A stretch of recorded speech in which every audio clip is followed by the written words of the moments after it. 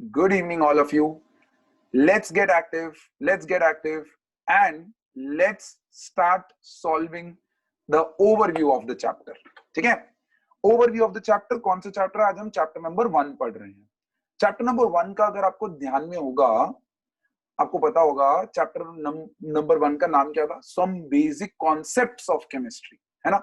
नाम में ही है, सब कुछ नाम में ही है, बेसिक कॉन्सेप्ट्स ऑफ केमिस्ट्री. ठीक है? I would request students who have not switched on their cameras do that.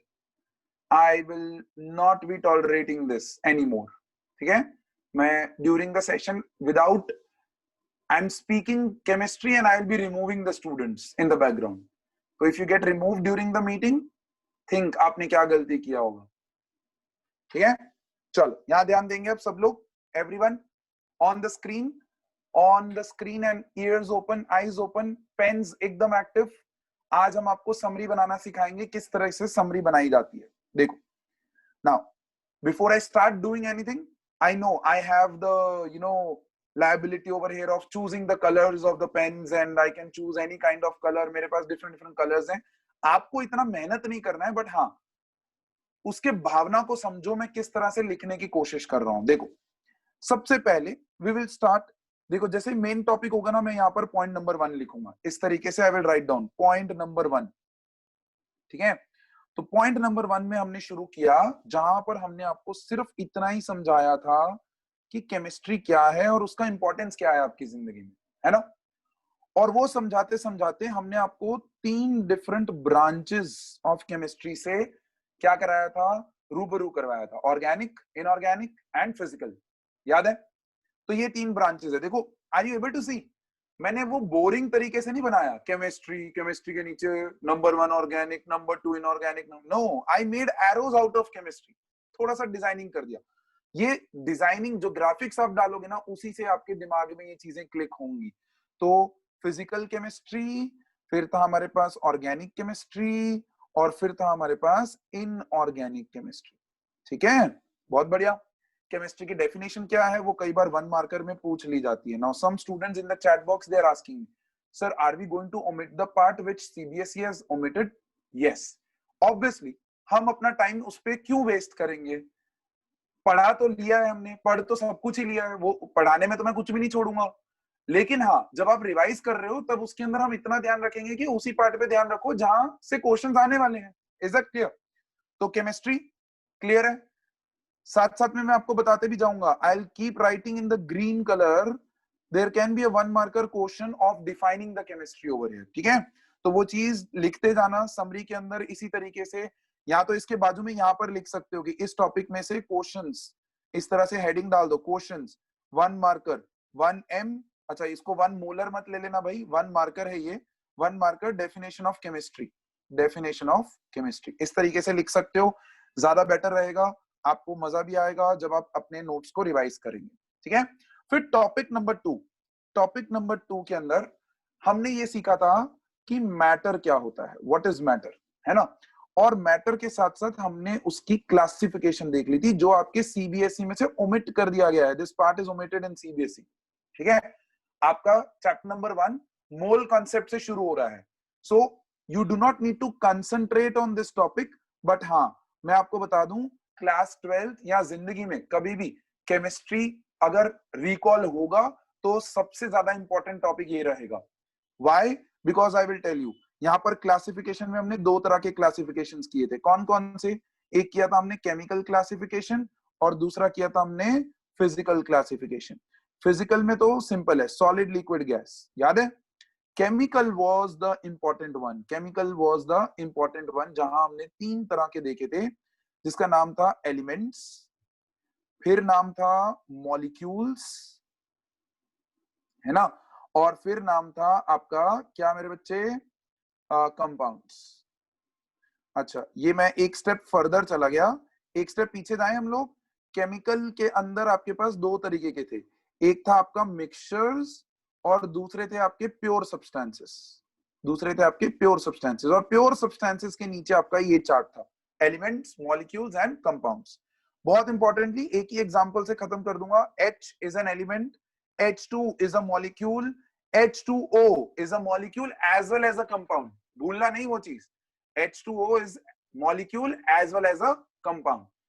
All the molecules are not compounds, but all compounds they are molecules. ये स्टेटमेंट याद रखना, बस उसी में आपका क्लियर हो जाएगा। और उसको यहाँ पर ऐसे इन्वर्टेड कॉमर्स में डाल के लिख भी सकते हो, all compounds are molecules।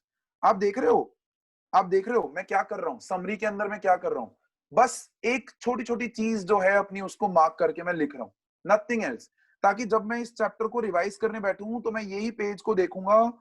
Physical solid liquid gas आता है, एलिमेंट्स आते हैं, मॉलिक्यूल्स डेफिनेशन आता है, कंपाउंड्स डेफिनेशन आता है, मिक्सचर्स, अरे बाप रे, मिक्सचर दो तरीके के होते हैं, मिक्सचर दो तरीके के होते हैं, बोलो कौन कौन से होते हैं वो, होमोजीनियस एंड हीट्रोजीनियस। देखो ये रिवाइज होता जाएगा। होमोजीनियस मतलब क्या, जब मिक्सचर बनने के बाद सारे एलिमेंट्स एक ही फेज में आ जाए and it's a uniform mixture. Hetero मतलब different phase and non uniform mixture. देखो वो मैं लिख नहीं रहा हूं, लेकिन वो मैं अपने दिमाग में रिवाइज कर रहा हूं। I am not writing that down. Summary में कभी भी आप पूरा पूरा नहीं लिख सकते हो, no you can not do that. तो वो तो नोट्स ही हो गए ना आपके। समरी में सिर्फ पॉइंट्स आने चाहिए। आप देख रहे हो 4 लाइन के अंदर मैंने मैटर एंड इट्स क्लासिफिकेशन खत्म कर दिया। I will zoom out over here so that जब आप रिकॉर्डिंग्स देखो तो आपको ये दिख जाए, आपको स्क्रीनशॉट लेना हो आप ले सकते हैं, ठीक है। Can anybody see and observe Manjot sir is not caring about how many lines he is using to draw the arrow, कहाँ एरो जा रहा है, he is not worrying about it। अरे पेजेस हैं यार हमारे, इनफाइनाइट नंबर ऑफ पेजेस हैं हमारे पास, ठीक है, तो टेंशन नहीं लेने का, अच्छे से यूटिलाइज करने का। Is that okay? चल पॉइंट नंबर 3, पॉइंट नंबर 3 में हम चले थे और जहां हमने बात किया था laws of chemical combination, laws of chemical combination. Once again very very easy topic, but आपके सीबीएसई ने इसको ओमिट कर दिया है, तो टेंशन नहीं लेने का। इस टॉपिक पे अपने को टेंशन नहीं लेना है, बट हाँ ध्यान में रखना है कि हमने कितने लॉज पढ़े थे, 5 लॉज पढ़े थे। We studied about 5 laws, 1 2 3 4 5, yes, ठीक है। अब यहाँ पर समरी में आप फिलिंग द ब्लैंक्स करिएगा, law number 1, law number 2, law number 3, law number 4 and law number 5। Law of conservation of mass, that was first. Law of multiple proportion, law of definite proportion, Gay-Lussac's law of gaseous volumes and Avogadro's law, ठीक है। ये 5 law हमने पढ़े थे। उसमें law of reciprocal proportion भी आता है।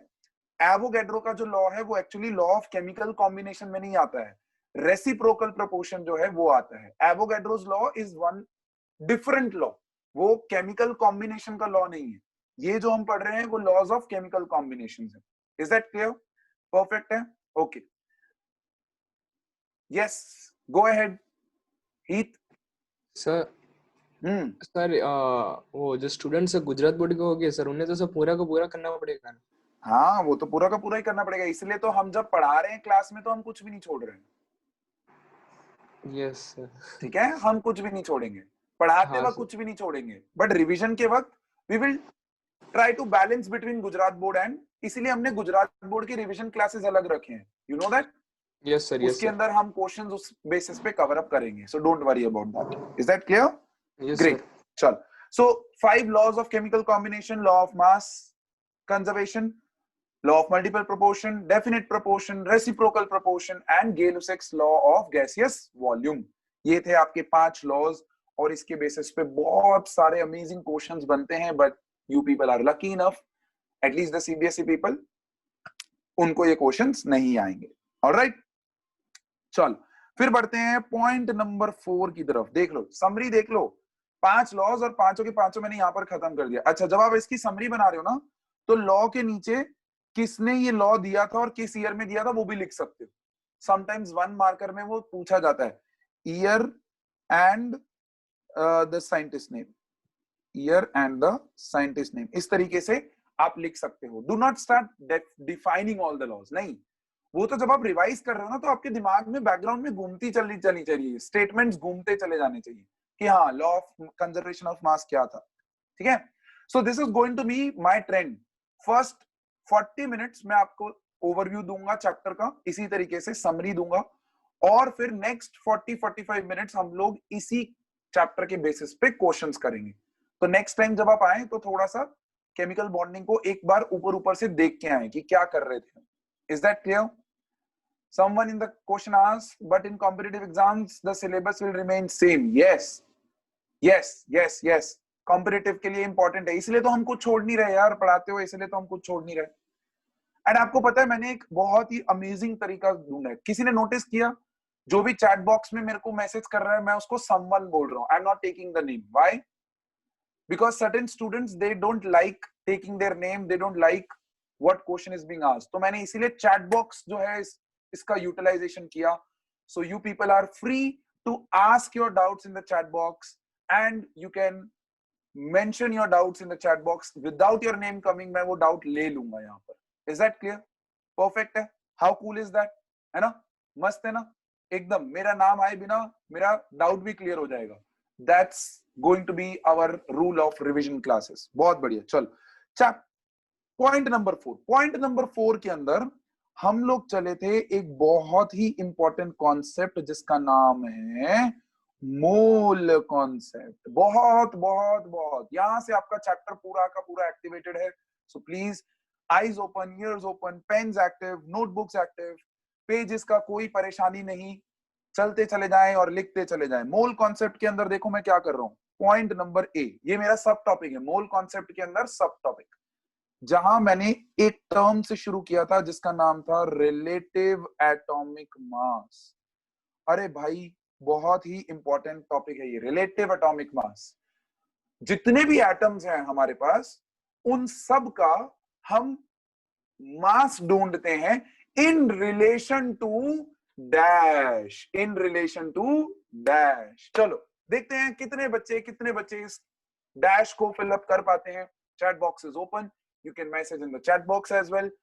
And if you want to, if you are courageous enough to answer in the mic, I am open for a hand raise. Very nice. Yash, Varun, Drashti, बहुत बढ़िया. Dheer, superb. Okay, Drashti, give the answer to everyone. So carbon 12 atom. Very nice. Carbon 12 isotope atom ऐसे लिखते हैं इसको. ठीक है, carbon 12 isotope atom. अच्छा, इसके कितने मास के रिस्पेक्ट में ढूंढा गया? 1/12. Very nice. 1/12 the mass of C12 isotope atom.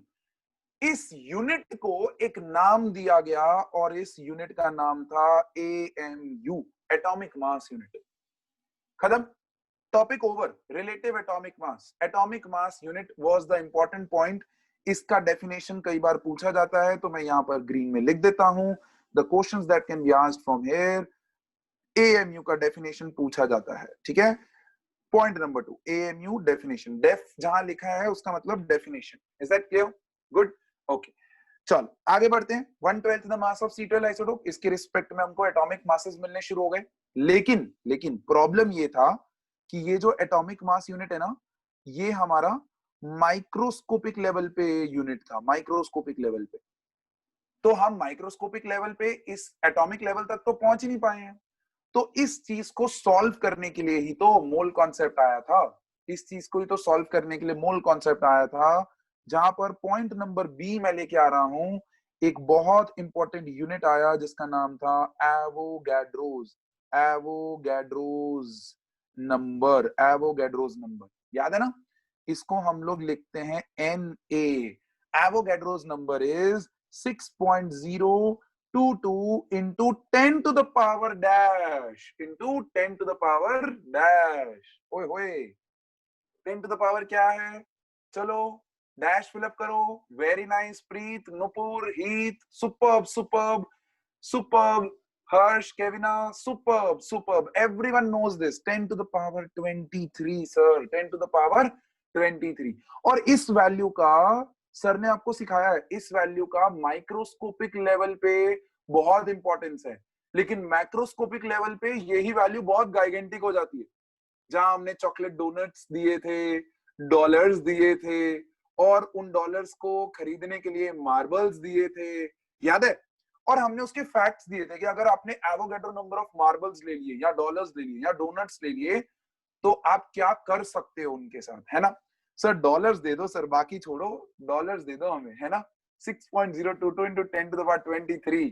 Very nice, great. चलो तो डॉलर्स दे दिए भाई आपको, वर्चुअली देने थे, वर्चुअल का जमाना है, वर्चुअली दे दिए मैंने आपको। परफेक्ट है। ये नंबर आपके जीवन से भी ज्यादा इंपॉर्टेंट है इस वक्त, तो इसीलिए इस नंबर को अपने दिमाग में रख लो। Is that clear? जैसे ही एवोगैड्रो नंबर निकला ना, सी पार्ट के अंदर एक बहुत इंपॉर्टेंट टर्म निकल के आया जिसका नाम था molar mass. Molar mass is the mass of dash represented in grams. Molar mass is the mass of dash represented in grams. Molar mass is the mass of dash represented in grams. Molar mass, molar mass. बहुत सारे बच्चे मेरे को लिख रहे हैं sir molecule, molecule, molecule. गलत।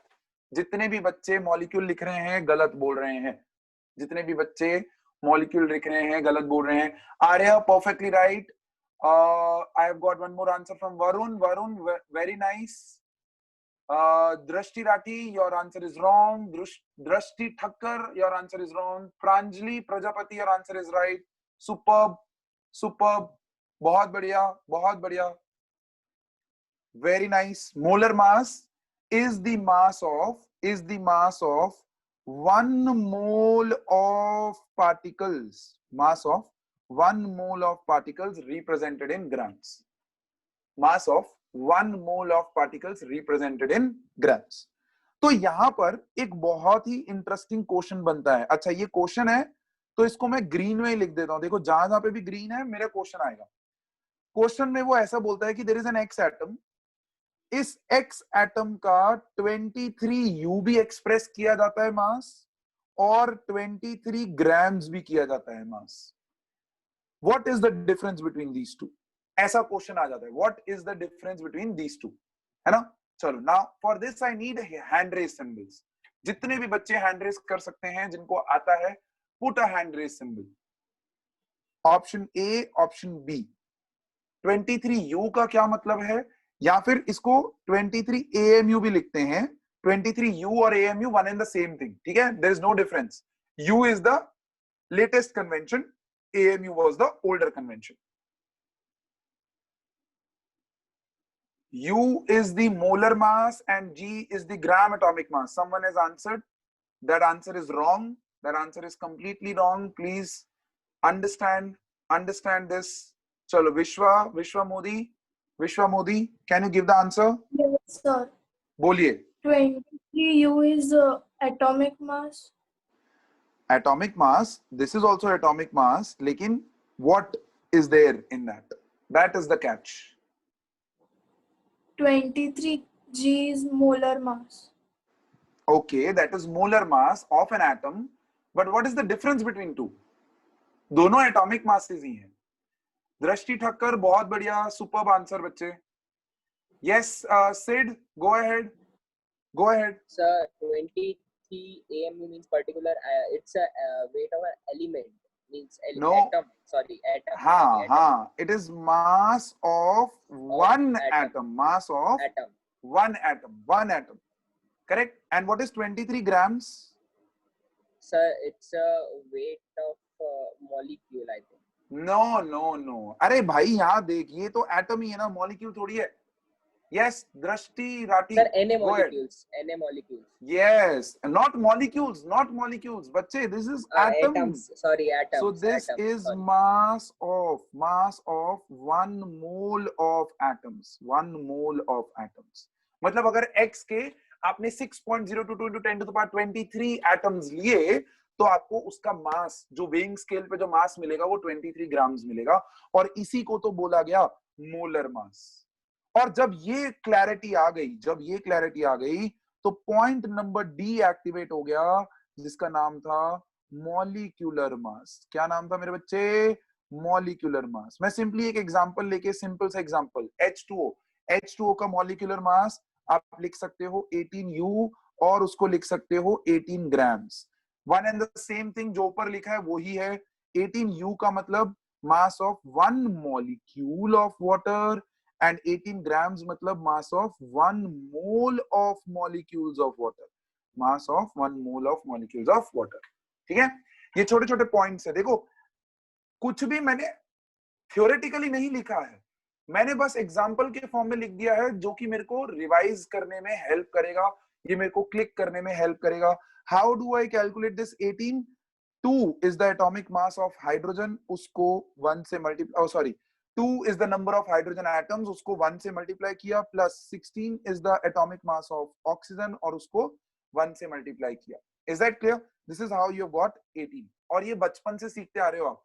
I think 8th या 9th स्टैंडर्ड से आपको मॉलिक्यूलर मास कैलकुलेट करना सिखाया जाता है। हाँ, ये जो चीज है वो आपको 11th में सीखने को मिली है। हाँ, मोल कॉन्सेप्ट थोड़ा 9th में भी आता है, बट इतना डिटेल में वहां नहीं जाते हैं, because the maturity of the mind is not there. वहां पर खाली बता दिया जाता है 1 मोल क्या होता है, बट उसकी गैगेंटिकनेस नहीं बताई जाती है। Is that clear? परफेक्ट है, 100%। Can we go ahead? Simple है। यहां तक मैं थोड़ा सा जूम आउट कर देता हूं ताकि A B C D mole concept के अंदर A B C D part आपको एक साथ दिख जाए। ठीक है, एवोगैड्रोस नंबर के ऊपर एमसीक्यू क्वेश्चन आता ही आता है, 100% आएगा। और आप देखना बच्चे, कंफ्यूजन पता है क्या कहां करेगा, वो खाली इतना कर देगा 60.22 into 10 to the power 23, decimal change करेगा बस वो। Is that clear? अच्छा, अब ध्यान देना, ये वैल्यू तो गलत है, लेकिन अगर मैं इसको लिख दूं 60.22 into 10 to the power 22 ऐसा लिख दूं, तो क्या ये वैल्यू सही है? हाँ, बिल्कुल सही है। 60.22 into 10 to the power 22 value एकदम सही है। तो ऐसे कंफ्यूजन कर सकता है वो आपके ऑप्शंस में, सब में 60.22 करेगा, लेकिन 10 to the power चेक करना रहेगा। एक ऑप्शन ये हो सकता है। दूसरा ऑप्शन ये हो सकता है कि वो डेसिमल चेंज कर देगा। बस this is the highest level of confusion he can do. तो जब आप एग्जाम देते हो, एकदम 100% फोकस आपका एग्जाम में होना चाहिए। उस टाइम पे ये मत सोचो कि सीसीडी की कॉफी कितनी मस्त होने वाली है, उस टाइम पे ये मत सोचो कि घर पे जाके कितना अच्छा खाना मिलने वाला है। No, you should be 100% in the exam. Is that clear? Perfect है, गुड। चल आगे बढ़ते हैं, let's zoom in a little bit ताकि आपको अब दिखे। यस, सो पॉइंट नंबर कहां पर थे हम लोग? 4 पे। फिर आया आपका पॉइंट नंबर 5। ओके, पॉइंट्स हमारे रेड में चल रहे हैं, तो रेड में चलने देते हैं। जहां पर आया मोल कैलकुलेशंस, याद आया सर का वो पैराडाइज आइलैंड, याद आया है कि नहीं? अब ध्यान देना, अब बहुत इंपॉर्टेंट है, ध्यान देना यहाँ पर। मोल को कैलकुलेट, अच्छा मोल को रिप्रेजेंट किया जाता है विद ईटा, नॉट एन। देखो मैंने स्क्रीन पे लिखा है, इट इज ईटा। एन का डंडी थोड़ा सा खींच दो ना तो वो ईटा बन जाता है। It's a Greek character. ठीक है, अब ध्यान यहां पर रखिएगा। we can calculate moles from given mass. That's first way.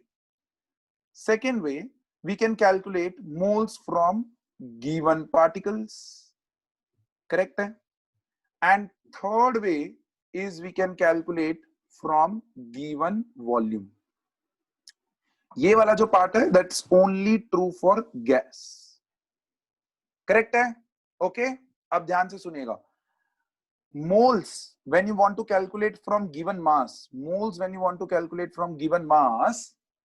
then the formula is given mass upon dash, कैसे कैलकुलेट करते हैं? Answers in the chat box. Very nice Preet, Drishti very nice, Arya very nice, superb, very nice. Hetvi, Vartika, it's going very fast. जिनके नाम ले पा रहा हूं please take that, and जिनके नहीं ले पा रहा हूं please don't mind it. Is that clear?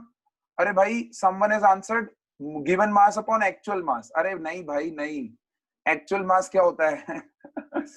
Okay, please अपना आंसर करेक्ट कर लीजिएगा। हीत पटेल वेरी नाइस, यश चौधरी बहुत ही बढ़िया। यहाँ पर मैं लिख देता हूँ, बच्चों ने आंसर कर दिया है already. It is nothing but given mass by molar mass. Given mass by molar mass, not actual mass, not total mass. It's molar mass. Is that clear? Okay. Given number of particles से हम calculate कर सकते हैं by given number of particles divided by dash. Very nice, very nice, बहुत बढ़िया, बहुत बढ़िया. Already students are getting in touch with the chat box. बहुत अच्छे, बहुत अच्छे. So yes, this is nothing but divided by Na, Avogadro's number. Na मतलब not availability नहीं, it is Na. हाँ, n subscript में Avogadro's number. Is that okay? And given volume से हम लोग given volume से हम सिर्फ गैस के लिए यूज करते हैं. And moles of a gas from given volume is nothing but dash upon dash, dash upon dash. Given volume से अगर मुझे कैलकुलेट करना है तो it is dash upon dash. अरे जितनों ने भी आंसर दिया गलत है वो भाई. 22.4, 22.7, 22.4 नहीं. मेरे क्वेश्चन को पहले कंप्लीट होने दो. सर ट्विस्ट कर देते हैं लास्ट मोमेंट में. डैश अपॉन डैश देना है आपको, डैश अपॉन डैश. चलो चलो चलो जल्दी जल्दी. Let's go, let's go, let's go, let's go. Let's brainstorm, let's brainstorm. Come on, come on. Dev Mehta, come on, come on. याद नहीं आ रहा? आ रहे हो? बहुत बढ़िया, आ रहे हो? बहुत बढ़िया. Superb, superb Hetvi, superb Varun, Vedant बहुत बढ़िया, नुपुर बहुत बढ़िया, हीत सुपर्ब, सुपर्ब. चलो आप में से कोई एक, लेट्स गिव चांस टू हीत. हीत can you give me, Heet Patel? Yes, sir. Can you give me formula on the mic? Sir, given volume upon NTP or STP. Very nice. Given volume upon either 22.4 या फिर NTP or 22.7. 22.4 is NTP, 22.7 is STP. अच्छा, अब जो sir यहाँ पर announce करने जा रहे हैं ना, उस चीज को अच्छे से बढ़िया से कान खोल के सुन लो, क्योंकि आपके फायदे की चीज है वो, आपके फायदे की चीज है. तो सुन लो क्या बोल रहे सर. सर ने आपको बताया था कि एनटीपी अगर लेते हैं तो 22.4, एसटीपी लेते हैं तो 22.7. Now this convention is true, it has been accepted world wide. लेकिन प्रॉब्लम ये है कि एनसीईआरटी जब मैंने देखा तो उसके अंदर पता चला कि वो एनटीपी और एसटीपी दोनों पे 22.4 ही ले रहे हैं. They are still following the older convention, they are not following the current convention. तो आप लोगों के लिए मैं यहां पर आसान कर देता हूं कि अगर गैस से रिलेटेड कोई भी क्वेश्चन है तो आपको 22.4 ही लेके चलना है, भले एनटीपी दिया हो या एसटीपी दिया हो, आपको 22.4 लेके ही चलना है. एक्चुअली 2 नहीं है, but since we have to follow our text book, we have to see our NCERT, तो उसके लिए 22.4 ही आपका क्या रहेगा, डिवीजन में रहेगा. देव मेहता याद आया? गुड, बहुत बढ़िया. तो ये देखो यहां पर मोल कैलकुलेशन खत्म कर दिया मैंने 4 लाइन के अंदर. मोल कैलकुलेशन खत्म कर दिया मैंने 4 लाइन के अंदर. फॉर्मूला ही तो चाहिए बस मुझे, बाकी तो खत्म. बाकी तो क्वेश्चंस करेंगे ना हम इसके बेसिस पे, बाकी तो क्वेश्चंस करेंगे. और क्वेश्चंस बड़े सिंपल होते हैं बच्चे.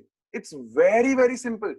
Understand what examiner is wanting from you. आप खुद सोचो बच्चे, अगर ये आपका एक फॉर्मूला है तो इसके अंदर 3 वेरिएबल्स दिख रहे हैं, moles, given mass, molar mass. अब मोलर मास जो है वो तो हम मॉलिक्यूल का फॉर्मूला देख के मोलर मास निकाल सकते हैं, या एलिमेंट है तो एलिमेंट का मोलर मास आपको दिया जाएगा. तो बचे सिर्फ 2 ही variable, moles and given mass. तो खत्म हो गई कहानी बच्चे, खत्म हो गई. फॉर्मूला को समझ लिया हमने कि या तो वो मोल्स मिस आउट करेगा या तो वो गिवन मास मिस आउट करेगा, और बोलेगा कि भाई मोल्स ये हैं, गिवन मास निकालो, या गिवन मास ये है, मोल्स निकालो. तो ये फॉर्मूला लगा के क्रॉस मल्टीप्लाई करके हम ये चीज कैलकुलेट कर सकते हैं. अच्छा, अगर किसी को भी क्रॉस मल्टीप्लिकेशन में दिक्कत है तो गो बैक टू स्टैंडर्ड 4. वहीं पे तो सीखा था हमने क्या, क्रॉस मल्टीप्लाई. ओए होए बल्ले बल्ले, स्टैंडर्ड 4 जाना पड़ेगा. तो भाई रिवर्स गियर डालो, स्टैंडर्ड 4 जाओ. Is that clear? चलो बहुत बढ़िया. अभी यहाँ पर जूम आउट करके मैं आपको खाली स्क्रीनशॉट देने का 10 सेकेंड्स का गैप दे देता हूँ, ताकि आपको स्क्रीनशॉट लेना हो, कुछ भी करना हो आप ले सकते हैं. Is that okay? Heet Patel, do you have a doubt? Yes, ask. Yes, sir. Can you explain NTP and STP once again? कुछ भी नहीं है बच्चे. एनटीपी मतलब normal temperature and pressure, STP मतलब स्टैंडर्ड टेम्परेचर एंड प्रेशर. उसमें कुछ फर्क नहीं है. नॉर्मल तो sir, वो टेम्परेचर difference प्रेशर क्यों होता है, मैं बता 24, रहा हूँ, 2. सुन ले. नॉर्मल टेम्परेचर प्रेशर होता है 0 degree Celsius and 1 atmospheric pressure, ठीक है। एंड स्टैंडर्ड टेम्परेचर प्रेशर होता है 0 degree Celsius temperature and 1 bar pressure. और 1 एटमॉस्फेयर और 1 बार के बीच में रिलेशन बता दूं, चल तेरा सीक्रेट रिवील कर देता हूं। 1 atmosphere sorry 1 bar is equals to नहीं sorry 1 atmosphere is equals to 1.01325 bar. इतना सा डिफरेंस होता है बस, देख उसकी वजह से वो 22.4 की जगह पे 22.7 हो जाता है। Yes sir. ठीक है, गुड। चल, nice question asked and we will rub this so that आपको एक क्लीन स्क्रीनशॉट वहां पर मिले। चल जूम इन करते हैं and we will come back. इसके बेसिस पे किस तरह के क्वेश्चंस आते हैं वो अभी आपको थोड़ी ही देर में पता चलने शुरू हो जाएंगे। पॉइंट नंबर 6 यार, हेडिंग डाल लो पॉइंट नंबर 6। पॉइंट नंबर 6 के अंदर हम लोग क्या पढ़ने वाले हैं? पॉइंट नंबर 6 के अंदर हम लोग एक्टिवेट करेंगे इस चैप्टर का सबसे दर्दनाक, अच्छा सर दर्दनाक आने से पहले पॉइंट नंबर 6 पे मैं लिख देता हूं बहुत ही important, empirical formula and molecular formula, empirical formula and molecular formula. इसके अंदर मुझे कुछ भी रिवाइज करवाने की जरूरत नहीं है, बस आपको वो टेबल ध्यान में रखना है। आपको एलिमेंट्स दिए जाएंगे, परसेंटेज दिए जाएंगे, आपको खाली टेबल ध्यान में रखना है। और वो टेबल आपको आई थिंक अब रट चुका होगा, इतने सारे क्वेश्चंस आपने प्रैक्टिस कर लिए हैं। जो मेरे को यहाँ पर पॉइंट्स देने ना वो मैं आपको दे देता हूँ। देखो इंपेरिकल फॉर्मूला होता है simplest ratio between the atoms, simplest ratio, ठीक है। और मॉलिक्यूलर फॉर्मूला होता है actual ratio between the atoms in a molecule, correct. Molecular formula और इंपेरिकल फॉर्मूला के बीच में रिलेशन होता है ये इनटू n, और n की वैल्यू निकलती है by dividing molecular mass to empirical mass, ये बहुत इंपॉर्टेंट छोटी छोटी चीजें। देखो किस तरह से मैं समरी बना रहा हूं, मैंने टेबल नहीं बनाया, मैंने जो इंपॉर्टेंट है वो रिलेशन। सबसे इंपॉर्टेंट चीज यहां भूलना नहीं, कई बार क्वेश्चन के अंदर वो मॉलिक्यूलर मास ना देके आपको वेपर डेंसिटी दे देता है, एक कंपाउंड की वेपर डेंसिटी दे देता है। और ये 100% क्वेश्चन आएगा। अगर डीपीएस का एग्जाम है अभी तो ये 100% क्वेश्चन वेपर डेंसिटी वाला ही होगा।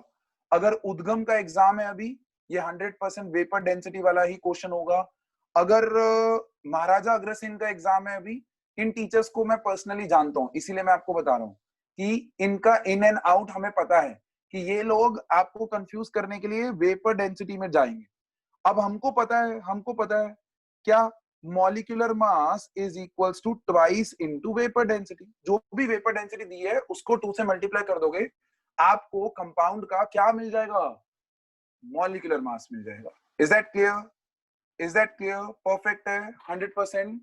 Are you sure? गुड। चल, अब यही था जो आपको यहाँ पर रिवाइज करना था।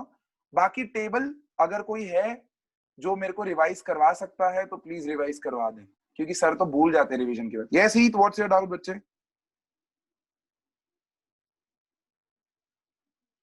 हीत, ओके, ऑलराइट, पहले का ही रेस था, ठीक है। चल,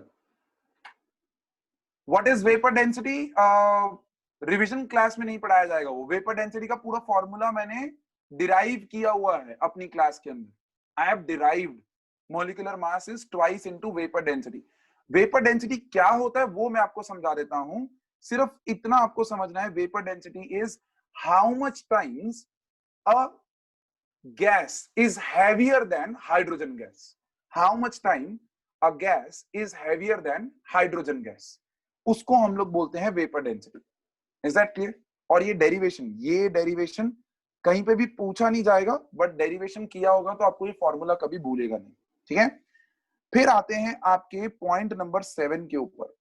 पॉइंट नंबर 7 इस चैप्टर का सबसे इंपॉर्टेंट और दर्दनाक, द पिंचिंग पेन आ जाता है जब भी हम ये टर्म देखते हैं, दैट इज स्टोइकियोमेट्री, है ना।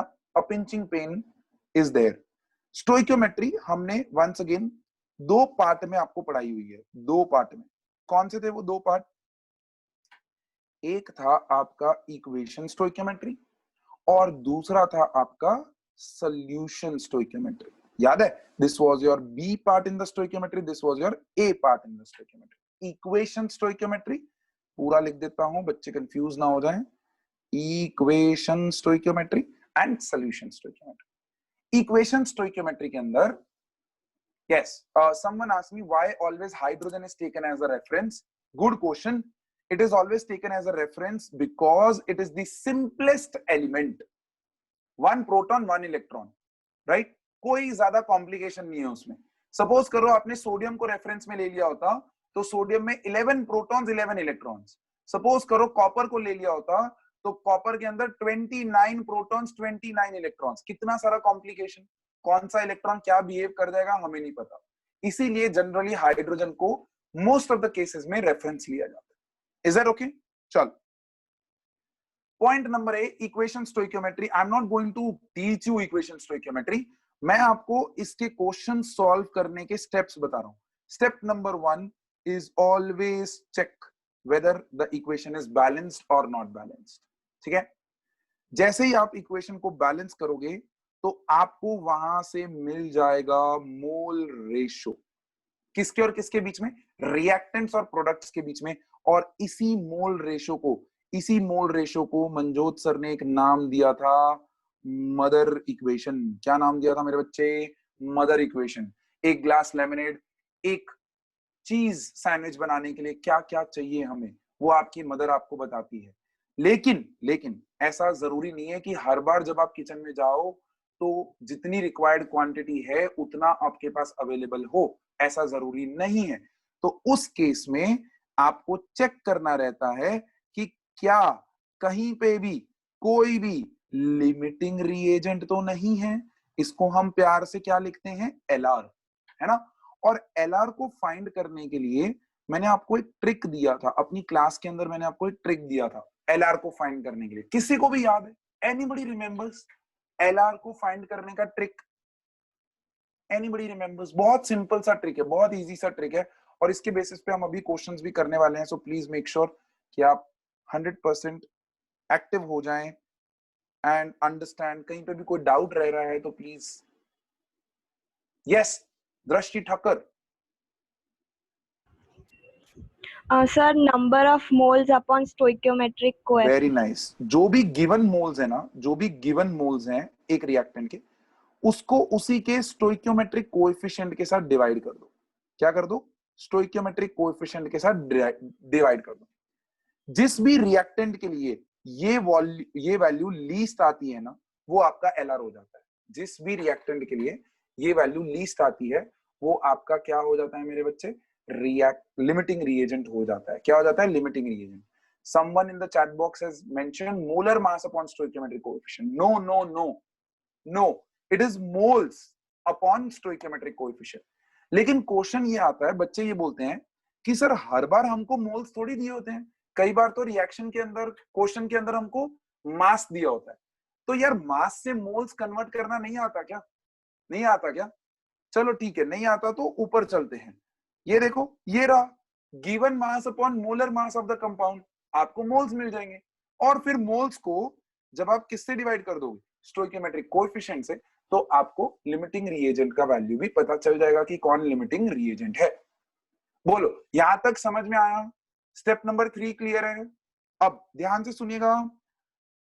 Very very important step, very very important step. अब जो भी प्रोडक्ट बनेगा वो हमेशा एक्सेस रिएजेंट के रिस्पेक्ट में बनेगा. Is that clear? जो भी प्रोडक्ट बनेगा वो हमेशा एक्सेस रिएजेंट के रिस्पेक्ट में बनेगा. Is that clear? Thumbs up दो. क्लियर है सबको? Give a thumbs up. Drishti Thakkar, वर्तिका, प्रीत, वरुण, हर्ष, प्रीत, पंचाल, वरुण, सिड, धीर, ये सब सो रहे हैं. ये सब सो रहे हैं. जाग जाओ भाई, मनजोत सर ने चेक कर लिया आपको. You are all sleeping. What was the statement I said? I said that जो भी प्रोडक्ट बनेगा वो सब का सब एक्सेस रिएजेंट के रिस्पेक्ट में बनेगा. No, wrong. It will be with respect to limiting reagent. तो जितने भी बच्चे अभी सो रहे थे उनका टेस्टिंग हो चुका है, उनके नाम मैंने ले लिए हैं. जाग जाओ भाई. This is the revision class. इसमें भी अगर आप मजाक में लेके जाओगे तो मजा नहीं आएगा. सो प्रोडक्ट यहां पर लिख लेना. Step number 4, product will be formed with respect to limiting reagent. जो भी limiting reagent का क्वांटिटी है उसके रिस्पेक्ट में बनेगा. Is that clear? Perfect है. And with this your equation stoichiometry is over. खत्म. अब तो क्वेश्चंस देखने, वो तो बस देख रहे हैं. Exactly in 5 minutes we'll start with the questions. ठीक है, चल. स्टोइकियोमेट्री, इक्वेशन स्टोइकियोमेट्री, आपको अगर इसका स्क्रीनशॉट लेना हो बाद में तो आप ले सकते हैं. I have given you the whole screen for that. Okay, चल आगे बढ़ते हैं and let's talk about B part and this is the most important part. अच्छा, इसके बेसिस पे अगर आपने देखा हो सॉल्यूशन स्टोइकियोमेट्री के बेसिस पे मैंने एक पूरी डेडिकेटेड न्यूमेरिकल शीट आपके क्लासरूम में अपलोड कर दी है ऑलरेडी. एक्स्ट्रा प्रैक्टिस करके गूगल क्लासरूम में आपका एक टॉपिक बन चुका है. उसके अंदर हमने एक्स्ट्रा प्रैक्टिस सेशन लिया था last Saturday. So people who attended they enjoyed it and people who did not they have lost it. Someone asked me sir 1 minute पहले वाली शीट बताओ ना. Okay, alright, okay, so this is your. Okay, clear है, done है. चल अभी यहां ध्यान दो. सॉल्यूशन स्टोइकियोमेट्री के अंदर मैंने आपको बताया था कि सबसे इंपॉर्टेंट टर्म क्या है मेरे बच्चे? Concentration of the solution. Concentration of the solution is nothing but amount of solute present in given quantity of solution. याद आ गया? सबको याद आ गया? यहीं से शुरू हुआ था और इसी के बेसिस पे मैंने आपके टर्म्स को 2 पार्ट में डिवाइड कर दिया था. Broadly 2 types, type 1 and type 2. किसी को भी याद है टाइप 1 और टाइप 2 में क्या बेसिक डिफरेंस क्या था? What is the basic difference between type 1 terms and type 2 terms? यहां पर मैं टेबल बना देता हूं. I am not going to explain any term, we don't have time for that. Yes, Hetvi, perfectly right. Good. Drishti type 1, type 2 इस तरीके से answer करना है आपको. आपकी भावना पहुंच गई है, बट टाइप 1, टाइप 2 ऐसे आंसर करना है आपको. Is that clear? वर्तिका बहुत बढ़िया. शनोफी सुपर्ब. शनोफी आपने मेरे को स्टेप 2 का आंसर दिया है, मुझे स्टेप 1 चाहिए. सबसे पहले स्टेप 1 चाहिए. नुपुर बहुत बढ़िया. वंस अगेन आपने भी इसी तरीके से आंसर किया है and I think I should be answering that, है ना? टाइप 1 वाले जितने भी टर्म्स हैं वो सब वॉल्यूम डिपेंडेंट टर्म्स हैं और टाइप 2 वाले जितने भी टर्म्स हैं वो सब मास डिपेंडेंट टर्म्स हैं. Mass of solution dependent, volume of solution dependent. याद रखिएगा, बहुत इंपॉर्टेंट है ये चीज. Is that clear? परफेक्ट. चल यहां पर हमने फर्स्ट टर्म किया था. The first term that we did was gram per litre. याद आ गया? ओके. पॉइंट नंबर 2 हमने किया था मोल्स पर लीटर और सर प्यार से, बहुत ही प्यार से हम इसको मोलैरिटी, जिसको हम कैपिटल एम से रिप्रेजेंट करते हैं, है कि नहीं? पॉइंट नंबर 3 ग्राम इक्विवेलेंट्स पर लीटर और जिसको सर प्यार से, बहुत ही प्यार से आपने हमें बताया था नॉर्मेलिटी बोलते हैं और इसको कैपिटल एन से रिप्रेजेंट करते हैं. क्लास 11th के लिए ये थर्ड पॉइंट जो मैंने यहाँ लिखा है ये इतना इंपॉर्टेंट नहीं है. नॉर्मेलिटी बेस्ड क्वेश्चंस नहीं आते हैं. Is that clear? देखो मैं शो ऑफ कर रहा हूँ अपने कलर्स का, जितने भी कलर्स मेरे पास पॉसिबल है मैं शो ऑफ कर दूंगा, ठीक है? तो डोंट माइंड, बट आपको ऐसे कलर पेन्स नहीं खरीदने हैं समरी बनाने के लिए, ठीक है? आप खाली भावना रखो अपनी नोटबुक्स के अंदर. फिर यहाँ पर पॉइंट नंबर 1 टाइप 2 के अंदर point number 1 molality small m से रिप्रेजेंट किया जाता है. बहुत ही इंपॉर्टेंट टर्म, इसके ऊपर स्टार मार्क कर लेना बिकॉज ये एक एक्सेप्शनल टर्म है. It is the moles of solute dissolved in given mass of solvent, और I would say moles of solute dissolved in 1 kg of solvent, not solution. Is that clear? That is why it's very very important. और फिर आया था sir का सबसे important term जिसको हम बोलते हैं mole fraction. Very important. Sir की फेवरेट फिल्म कुंग फू पांडा, उसके अंदर काय कैरेक्टर था, उससे इसको रिप्रेजेंट किया जाता है, और इनके फॉर्मुलेशंस सब कुछ हमने बहुत डिटेल में, बहुत ही बढ़िया से आपको एक्सप्लेन किया हुआ है। Is that clear? आपको याद रखना है ग्राम पर लीटर का formula is nothing but given mass of solute divided by volume of solution in liters. देखो इतना स्पून फीड कर रहा हूं मैं। molarity is nothing but moles of solute divided by volume of solution in liters. normality is nothing but gram equivalents of solute divided by volume of solution in liters. और यहां पर एक बहुत ही इंपॉर्टेंट रिलेशन पड़ा था, normality is equals to molarity into n factor. n factor कैसे calculate करते हैं एसिड्स, बेसिस और सॉल्ट्स के लिए, वो मैंने आपको क्लास में सिखाया हुआ है।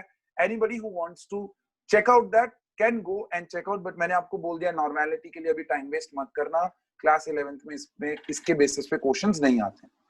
Molality is nothing but moles of solute divided by mass of solvent in KG. देखो मैं शॉर्ट फॉर्म्स भी जो यूज कर रहा हूं बहुत इंपॉर्टेंट है। मोल फ्रैक्शन सोल्यूट का भी ढूंढा जा सकता है और सॉल्वेंट का भी ढूंढा जा सकता है। The formula for solute is this, the formula for solvent will be, ऊपर खाली मोल्स ऑफ सॉल्वेंट हो जाएगा, और यहाँ पर एक बहुत इंपॉर्टेंट फॉर्मूला हमने पढ़ा था कि mole fraction of solute plus solvent is always equals to 1। Correct. फिर इसके बाद कुछ स्पेशल टर्म्स आए थे, उनको मैं यहां पर लिख देता हूं। पॉइंट नंबर 4 यहां पर आपका आया था परसेंटेज वीवी, पॉइंट नंबर 5 आया था परसेंटेज डब्ल्यूवी टाइप 1 के अंदर, एंड टाइप 2 के अंदर आपका एक टर्म आया था जिसका नाम था point number 3 percentage by mass. ये सबसे इंपॉर्टेंट टर्म, इसके बेसिस पे मैं कह सकता हूं 500% क्वेश्चन आना ही आना है। 500% I am that sure, question आना ही आना है। Is that clear? परफेक्ट है। तो इस चीज को इंपॉर्टेंट मार्क कर लेना। देखो एम्फेसिस देख लो जहां जहां पे भी मैं दे रहा हूं। Is that clear? और एक लास्ट टर्म आपका यहां पर टाइप 2 में ppm by mass. With this, your chapter overview is over. I give you exactly 30 to 40 seconds. Literally, close your eyes and recall जो अभी हमने रिवाइज किया। Close your eyes. Chalo, I'm able to see all of you.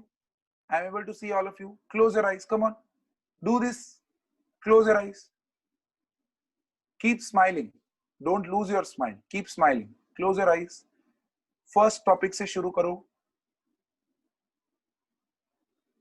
Revise करो, relax your mind, ध्यान लगाओ, सारी चीजें recall हो रही हैं। चैप्टर नंबर 1 में मनजोत सर की आवाज जोर जोर से गूंज रही है।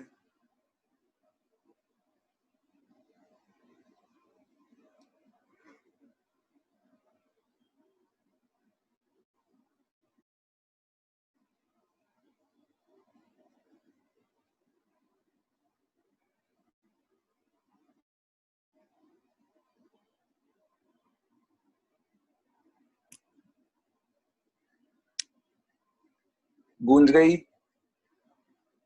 चल, रिलैक्स, ओपन योर आईज, एकदम चिल्ड आउट हो जाओ, एकदम रिलैक्स हो जाओ, कोई टेंशन नहीं, कोई दिक्कत नहीं, ठीक है?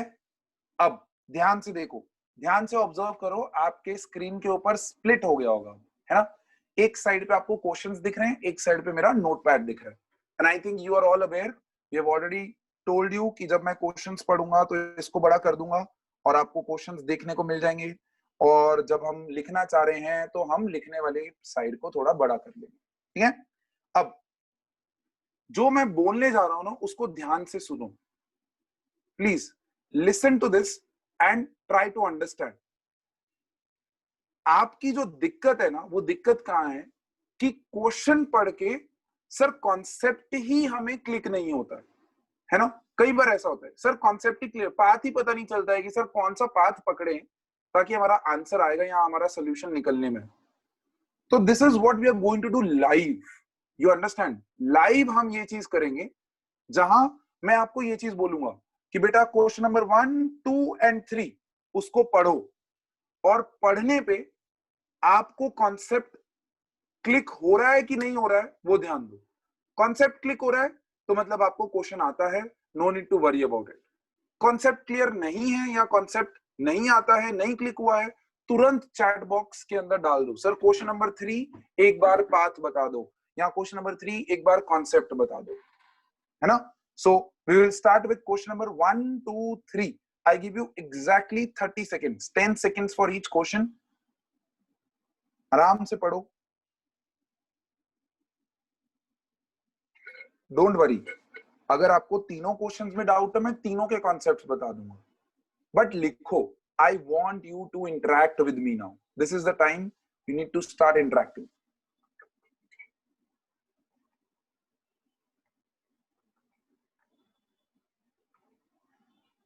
You have lucky chance today. Without your name coming, आपका डाउट सॉल्व भी हो जाएगा। Question number 1, question number 2, question number 3।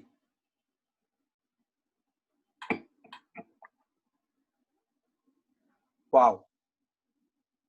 One question I've got, question number 2. Someone has asked me question number 2. Someone has asked me question number 2 and 3. Question number 1 का भी doubt आ गया है, तो ठीक है, चलो 1, 2, 3 सारे ही आ गए हैं। तो एक बार हम लोग यहाँ पर कॉन्सेप्ट ले लेते हैं। देखो यहाँ पर आई राइट डाउन, यहाँ से हमने क्या सॉल्व करने शुरू किए, क्वेश्चन शीट सॉल्व करनी शुरू की। ये आपका रिवीजन क्लास करके जो टॉपिक बना है उसके अंदर ये शीट अपलोड हो जाएगा, आपको होमवर्क के फॉर्म में ये सारी शीट सॉल्व करनी है। देयर आर ओनली 15 क्वेश्चंस, ठीक है, ओनली।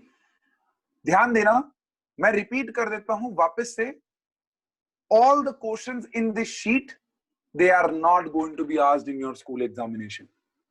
आप लोग है ना इस तरीके से ले लेते हो कि सर ने क्वेश्चंस दिए ना मतलब ये स्कूल में आ जाने वाले हैं, तो मैं पहले ही स्टेटमेंट दे दूं, these are the most probable varieties of the question from chapter number 1. मैं वैरायटी कवर कर सकता हूं, मैं नंबर कवर नहीं कर सकता हूं। Is that clear? नंबर के लिए तो 1000 questions are also less in chapter number 1, but अपने को 1000 क्वेश्चन करना है नहीं। एटलीस्ट इतना काम करो कि आप अपनी एनसीईआरटी के एंड एक्सरसाइज का एक भी क्वेश्चन अनटच मत छोड़ो, एनसीईआरटी के इन टेक्स्ट क्वेश्चन का एक भी क्वेश्चन अनटच मत छोड़ो, और ये शीट के अंदर एक भी क्वेश्चन अनटच मत छोड़ो। इतना काम अगर आप कर लो, I can promise you chapter number 1 से कहीं से भी क्वेश्चन आएगा, you will be able to solve it. I can promise, I can guarantee that. But इतने क्वेश्चन conceptually solve हो जाने चाहिए। Is that clear? Perfect है? Good, बढ़िया। चल, क्वेश्चन नंबर 1 के अंदर which of the following contains maximum number of molecules? Simple है, देखो सबका आपको 1 ग्राम 1 ग्राम 1 ग्राम दिया हुआ है, राइट? 4 स्पीशीज दिए हैं, 1 ग्राम दिया है। सबसे पहली चीज, नंबर ऑफ मॉलिक्यूल्स ढूंढने के लिए आपको चाहिए होता है उसके मोल्स, है ना? तभी तो आप मोल्स को Na से मल्टीप्लाई करोगे, तभी तो मॉलिक्यूल्स मिलेंगे। तो मोल्स कैलकुलेट करने के लिए सबके मोलर मास से आपको डिवाइड करना पड़ेगा। तो पहला तो आपका N2 उसका मोलर मास हो जाएगा 28, CO2 उसका मोलर मास हो जाएगा 44, H2 उसका मोलर मास हो जाएगा 2 एंड NH3 उसका मोलर मास हो जाएगा 17। अब ध्यान से देखिएगा मेरे बच्चे, ध्यान से सुनिएगा, सबका 111 ग्राम है। अब जिसके भी डिनोमिनेटर में सबसे हाईएस्ट वैल्यू है उसके नंबर ऑफ मोल्स सबसे कम होंगे, नंबर ऑफ मोल्स सबसे कम होंगे। तो मतलब यहां पर 1/44 इसके नंबर ऑफ मोल्स सबसे कम होंगे। और मोल्स को जब आप Na से मल्टीप्लाई करते हो तो सबको Na से मल्टीप्लाई करोगे ना, values will multiply with Na, तो Na तो कट हो जाएगा, रेशियो देख रहे हो तो Na तो क्या हो जाएगा, कॉमन कट हो जाएगा। तो बेसिकली सिंपल इतना सा रूल लगाना है कि जिसके नंबर ऑफ मोल्स लीस्ट हैं, सॉरी स्मॉलेस्ट नहीं, जिसके नंबर ऑफ मोल्स लीस्ट हैं उसके मॉलिक्यूल्स भी लीस्ट होंगे, जिसके नंबर ऑफ मोल्स मैक्सिमम है उसके मॉलिक्यूल्स भी मैक्सिमम होंगे। तो simply 1/2 number of moles maximum आएगा, और जब उसको Na से मल्टीप्लाई करोगे तो नंबर ऑफ मॉलिक्यूल्स भी मैक्सिमम मिलेंगे। Is that clear? डन है? Are you sure with this? चल, question number 2, which of the following samples has the largest number of atoms? अब आई थिंक तो आपको खुद को सोचना चाहिए, लार्जेस्ट नंबर ऑफ एटम्स। पहले वाले केस में आपको H2 दिया हुआ है, क्वेश्चन नंबर 2 में ए पार्ट में आपको H2 दिया हुआ है, कितना 1 ग्राम दिया है, ठीक है। क्वेश्चन नंबर बी में आपको दिया है Na दिया है कितना 1 ग्राम। क्वेश्चन नंबर सी में आपको दिया है CH3OH, this is alcohol, methanol है ये, उसका भी 1 ग्राम। एंड पॉइंट डी में आपको दिया हुआ है Br2, वो भी दिया है आपको 1 ग्राम।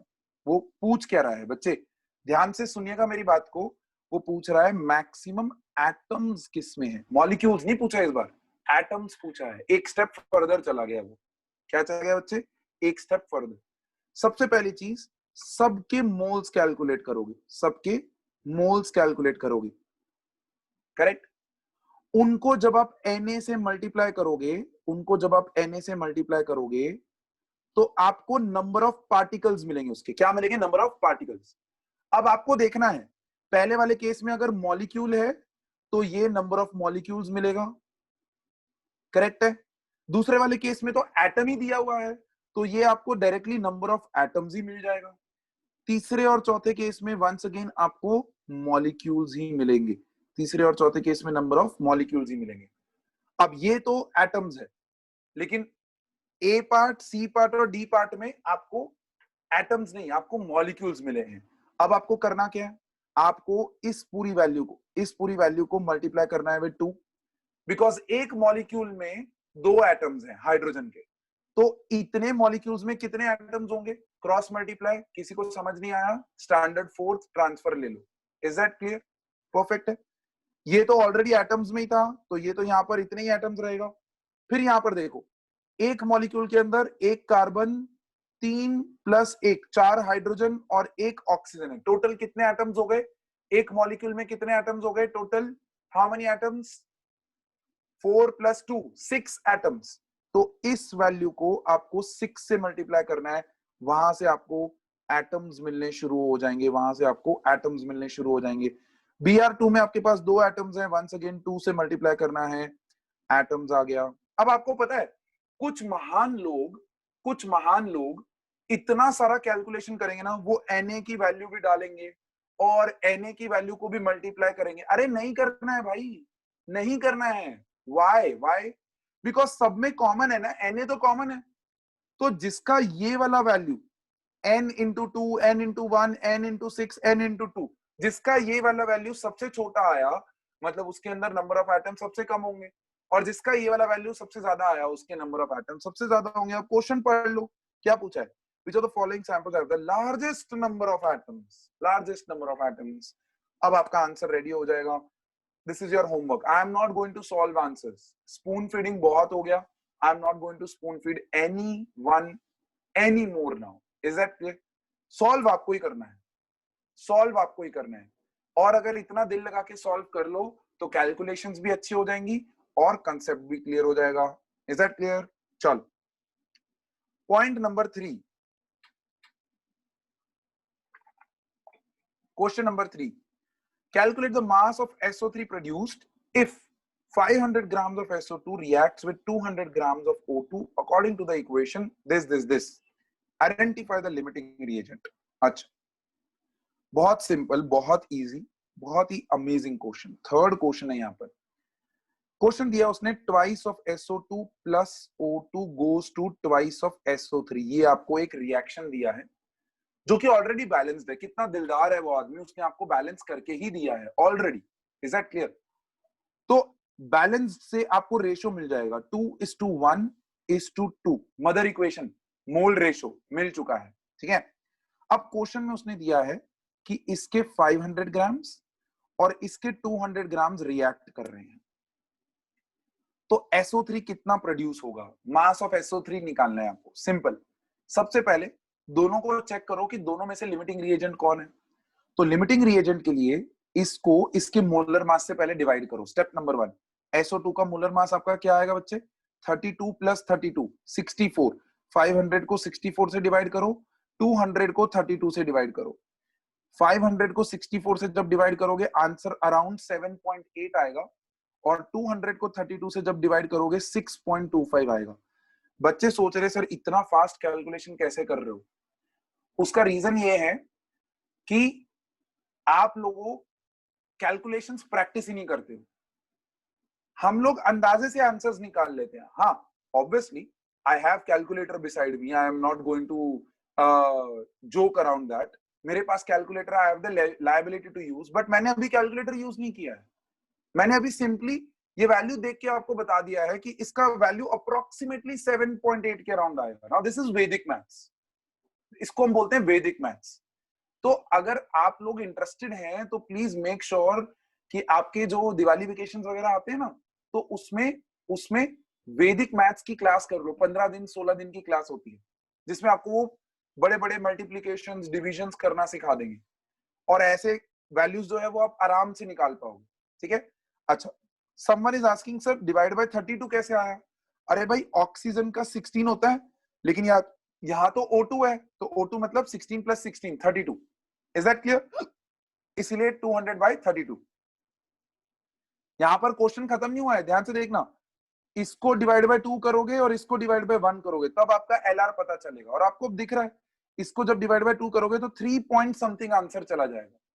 So your LR is SO2, your LR is SO2। तो अब SO2 और SO3 के बीच में रेशियो देख लो, 2:2 है। तो यहां पर देखो 7.8 2:2 है। मतलब क्या?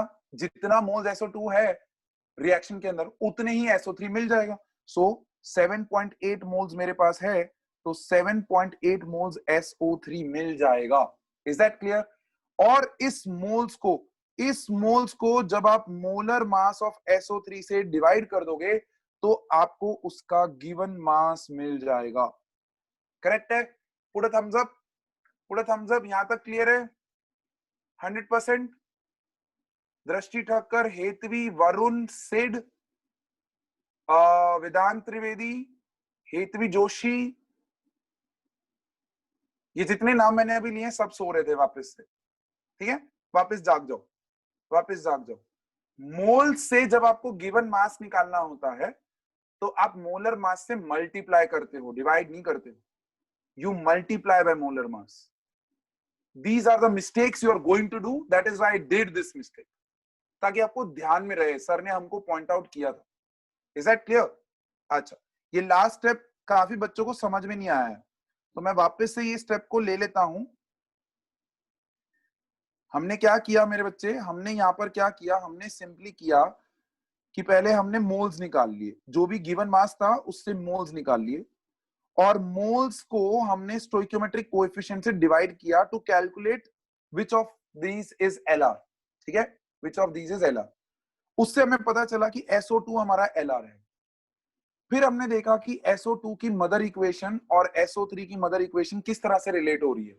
2 मोल्स अगर SO2 के हैं इक्वेशन में, तो 2 मोल्स SO3 मिलता है। तो मेरे पास अभी कितना मोल्स है SO2 का? 7.8। तो मेरे पास SO3 के मोल्स भी कितने होंगे? 7.8। और उसको जब मैं मोलर मास ऑफ SO3 से मल्टीप्लाई करूंगा, क्या आएगा मोलर मास?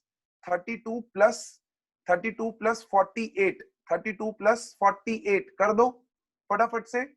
32 प्लस 48 कितना आएगा? Give me the answer. Seconds में आना चाहिए आंसर, सेकंड्स में। 32 प्लस 48, इतना time? Chat box come on quick.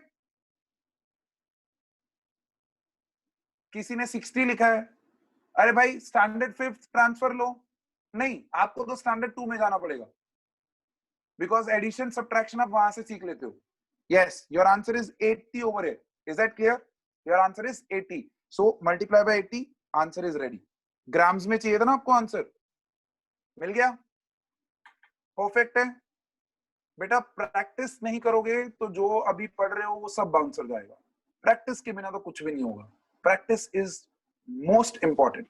अगर किसी ने आंसर दिया 624, क्या ये फाइनल आंसर? ओके, सो 7.8 इंटू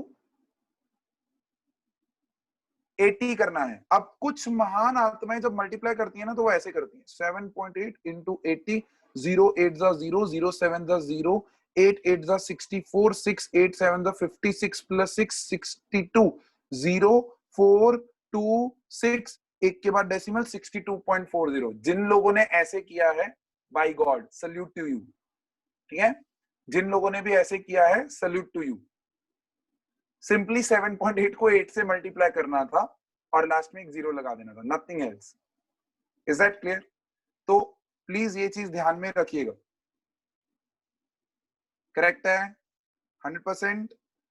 तो जितने लोगों ने ये मेरा वाला मल्टीप्लिकेशन किया है अभी, they have gone to such high level, इतने महान वो बन चुके हैं कि उनको अब नीचे लाना डिफिकल्ट है। तो इतने महान मत बनो कभी भी कि आपको नीचे लाना डिफिकल्ट हो जाए। ठीक है, समवन आस्क्ड मी सर 80 क्यों?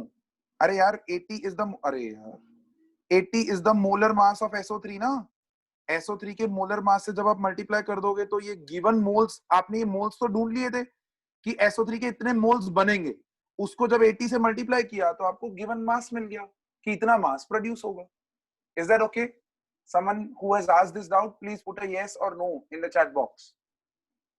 For 32 plus 48 किया हमने SO3, 32 सल्फर का मास प्लस 16 into 3, 16 3 जा 48 होता है। ओके गुड, चल आगे बढ़े।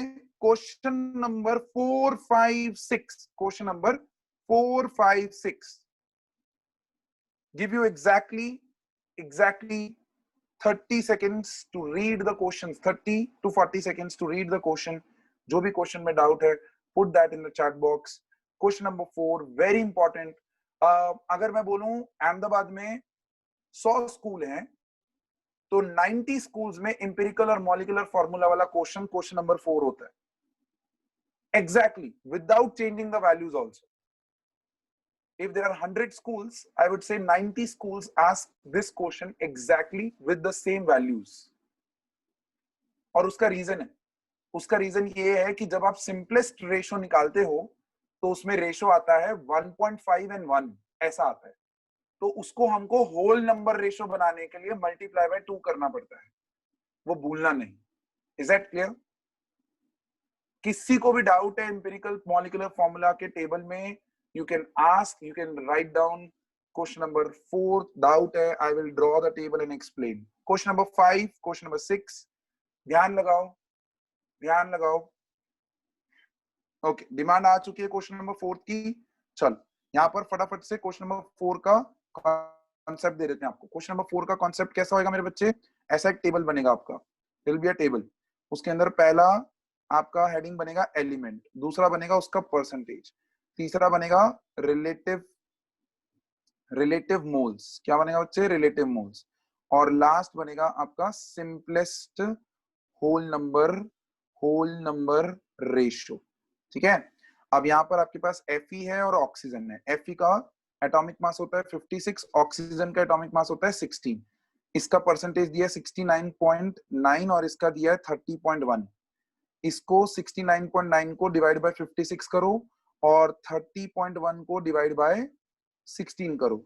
आपके पास यहाँ पर कुछ आंसर्स आएंगे। Those answer will be X and Y।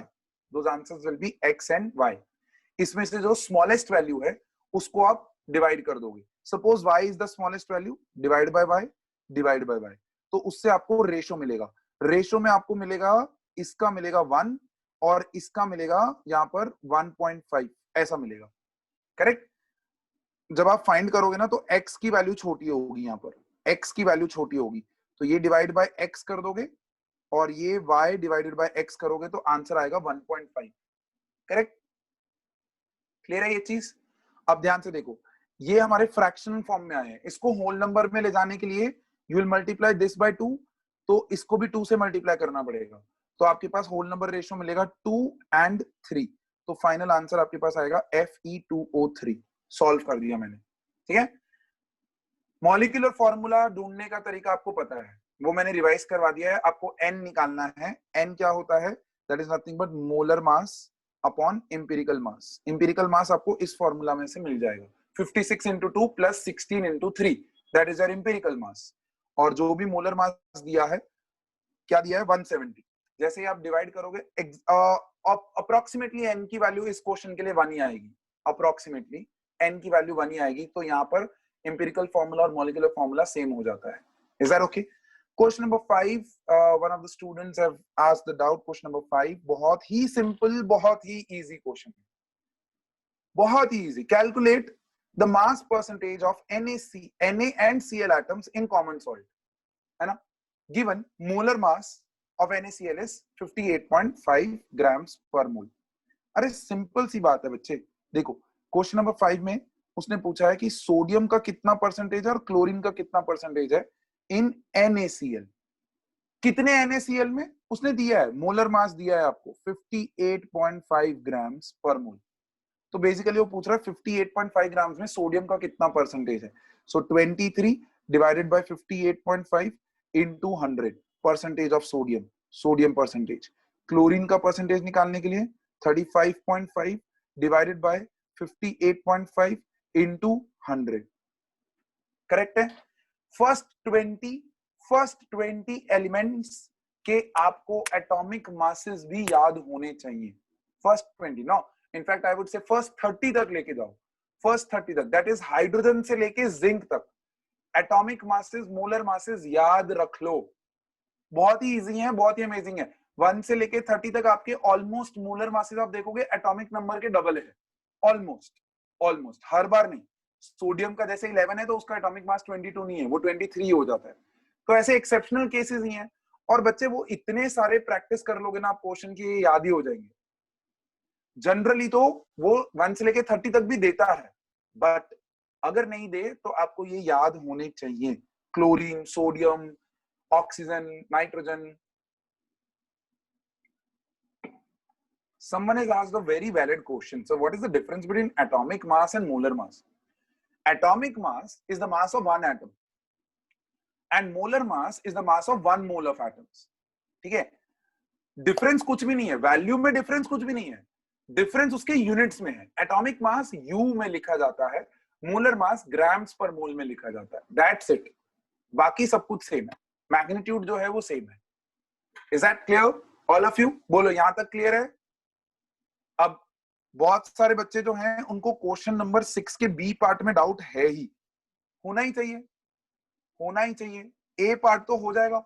Copper sulphate का मोलर मास निकालो. अब कॉपर सल्फेट का जब आप मोलर मास निकालोगे तो कितना आएगा?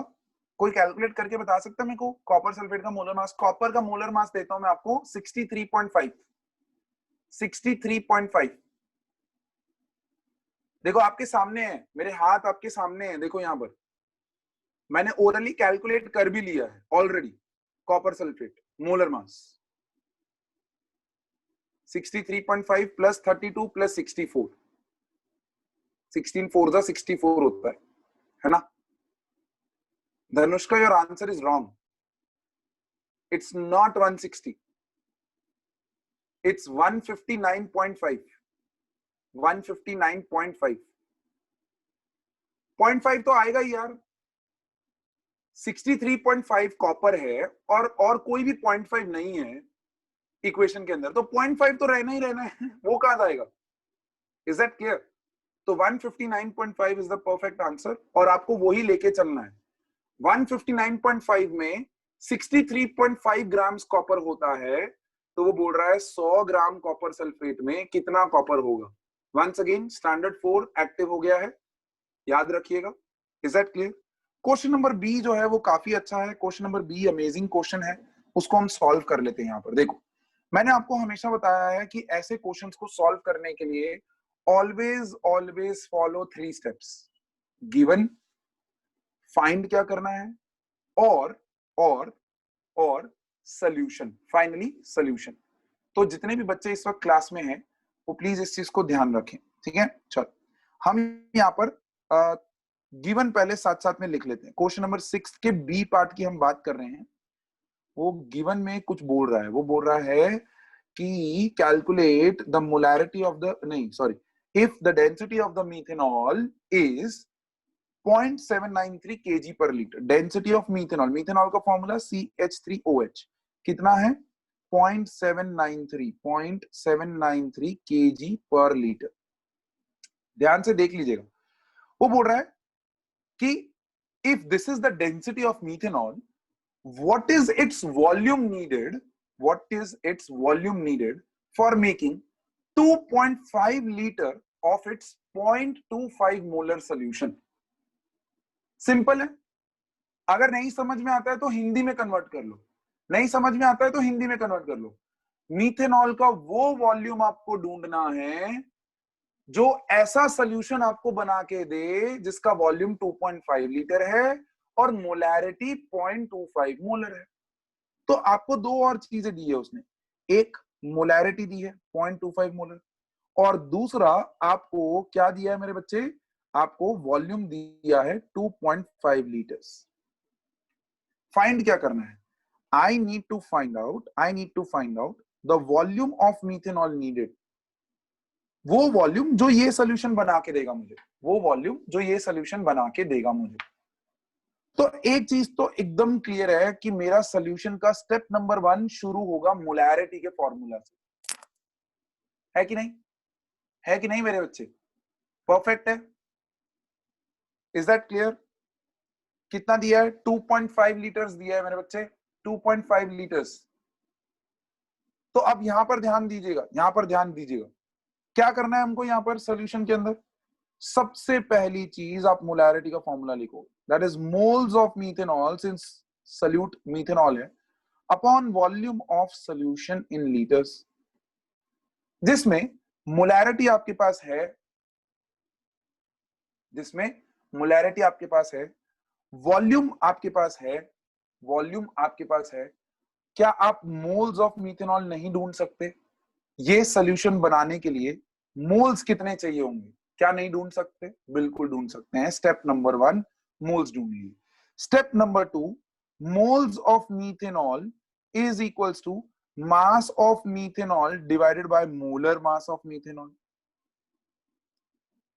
मोल्स है, मोलर मास कैलकुलेट किया जा सकता है. क्या हम उससे मास ऑफ मीथेनॉल नहीं ढूंढ सकते? क्या हम उससे मास ऑफ मीथेनॉल नहीं ढूंढ सकते? अरे भाई थम्स अप दो, कुछ तो दो, इंडिकेशन दो, something indication I need. Step number 2. देखो स्टेप बाय स्टेप जा रहा हूं, एक भी स्टेप मिस करूंगा ना तो फाइनल आंसर में गड़बड़ कर डालोगे. अब क्या ये मेरा फाइनल आंसर होगा?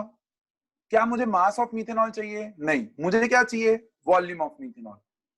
अब मुझे पता है कि मीथेनॉल का वॉल्यूम और मीथेनॉल का मास एक ही यूनिट है जो वो रिलेट कर सकता है, that is density of methanol. Density of methanol is mass of methanol divided by volume of methanol. याद है ना, density is equals to mass by volume of a given substance. तो स्टेप नंबर 3 रेडी हो गया है, जिसमें density of methanol आपको दिया हुआ है, मास ऑफ मीथेनॉल आपने कैलकुलेट कर लिया है, वॉल्यूम ऑफ मीथेनॉल कैलकुलेट किया जा सकता है. हाँ कि ना? क्लियर है? Thumbs up. गुड. चलो बहुत बढ़िया. Question number 6 B sorted. Question number 7, 8, 9. Question number 7, 8, 9 wherein 8 तो मैं लूंगा ही नहीं as a doubt. I am not going to take 8. अगर किसी को डाउट है भी तो एम्पिरिकल मॉलिक्यूलर फॉर्मूला वाला जो क्वेश्चन नंबर 4 हमने देखा है उसी के बेसिस पे सॉल्व करने की कोशिश करो. Is that clear? Good. Question number 8 I am not seeing. So question number 7, question number 9 and question number 10. These are the questions you need to see. 7, 9 and 10. 7, 9 and 10.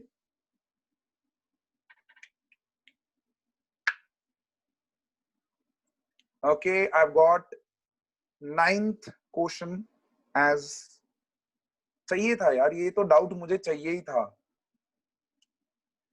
Someone is asking, sir, is this assignment in Google Classroom? मेरे बच्चे मैंने announce कर दिया है already. The moment session gets over, this will be uploaded in your Google Classrooms under the section revision class. Under the section revision class. Is that okay? Good. 7 के C का doubt है, किसी बच्चे को 7 के C का doubt है. बहुत ही सिंपल, बहुत ही अमेजिंग. अरे भाई अगर A और B में डाउट नहीं है तो C में तो डाउट आना बनता नहीं था, बट फिर भी चलो आ गया है तो कोई दिक्कत नहीं है. जिसने मेरे को सी का डाउट पूछा है उसको ए और बी आता है, यस और नो करके वो लिखे please. I am able to see your name. Yes और नो करके लिखिएगा. अरे बच्चे अगर ए और बी आता है तो सी में तो क्या डाउट है आपका? सी में तो कोई डाउट होना ही नहीं चाहिए, सिंपल हो गया आपका वो तो बहुत ही। चलो एनीवेज कोई दिक्कत नहीं है। 7th क्वेश्चन यहां पर ले लेते हैं। 7th के सी पार्ट का मेरे पास डाउट आया है। ओके 7th के सी पार्ट में वो बोलता है you need to calculate the mole fraction. मैं यहाँ पर मिडिल में रख लेता हूं। मोल फ्रैक्शन कैलकुलेट करना है ऑफ NaCl। दिया हुआ है ऊपर 175.5 ग्राम्स ऑफ NaCl है एंड 1 लीटर ऑफ सोल्यूशन है ना। क्वेश्चन बहुत इजी है। देखो स्टेप नंबर बी जो आपने सेकंड क्वेश्चन सॉल्व किया होगा ना, स्टेप नंबर बी, उसमें आपने ऑलरेडी यहां पर मास ऑफ सोल्यूशन ढूंढ ही लिया होगा और उसमें से मास ऑफ सॉल्वेंट आपने ढूंढ लिया होगा। यस और नो जिसने ये डाउट पूछा है, और अगर किसी और को भी क्लैरिटी नहीं आ रही है तो वो डाउट पूछ सकता है। यस ओके तो मास ऑफ सॉल्वेंट आपने ढूंढ लिया है। अब मोल फ्रैक्शन ऑफ NaCl ढूंढना है। मोल फ्रैक्शन ऑफ NaCl क्या होगा बच्चे? वो moles of NaCl divided by moles of NaCl plus moles of water. आपका जो सॉल्वेंट है वो तो वाटर रहेगा ना यहाँ पर मेरे बच्चे, इनफ वाटर में डिसॉल्व किया है। तो आप क्या करोगे, जो भी ये मास ऑफ सॉल्वेंट आया है उसको डिवाइड बाय 18 कर दोगे तो mass of moles of water मिल जाएगा। उन वैल्यूज को यहां डालो, आंसर खत्म। बोलो यस और नो, क्लैरिटी आई? जिसने ये डाउट पूछा था क्लैरिटी आई? गुड, बढ़िया। क्वेश्चन नंबर 9 डाउट होना बनता है और क्वेश्चन नंबर 9 को मैं यहां पर पूरी तरीके से एक्सप्लेन करूंगा। Question number 9 will be completely explained over here. अब ध्यान से सुनिएगा। A polluted water sample has been found with contamination of CHCl3। ठीक है, एक कंपाउंड दिया है CHCl3। मैं पहले सबसे पहले गिवन क्वांटिटीज को यहां पर एक्सट्रैक्ट कर रहा हूं, ध्यान से सुन लीजिएगा। एंड वो कंटामिनेशन कितना है मेरे बच्चे? 15 ppm है। कितना है मेरे बच्चे? 15 ppm। अब 15 ppm मैंने आपको बोला था बाय डिफॉल्ट अगर कुछ भी ना दिया हो तो ppm बाय मास लेके ही चलना है। ppm बाय मास लेके ही चलना है। ppm by volume, ppm by weight volume के क्वेश्चंस नहीं आते हैं। परफेक्ट है। अब 15 ppm से आप क्या विड्रॉ कर रहे हो? Can anybody explain? 15 ppm अगर क्वेश्चन में दिया है तो उससे आपको दो चीजें मिलेंगी। You will get 2 things out of it. What are those 2 things? Concentration है भाई, एक अमाउंट ऑफ सोल्यूट मिलेगा और दूसरा amount of quantity of solution मिलेगा। बट वो कितना क्वांटिटी है वो मुझे जानना है। What have you got from this 15 ppm value? I need hand raise symbols for this answer. Come on, be quick.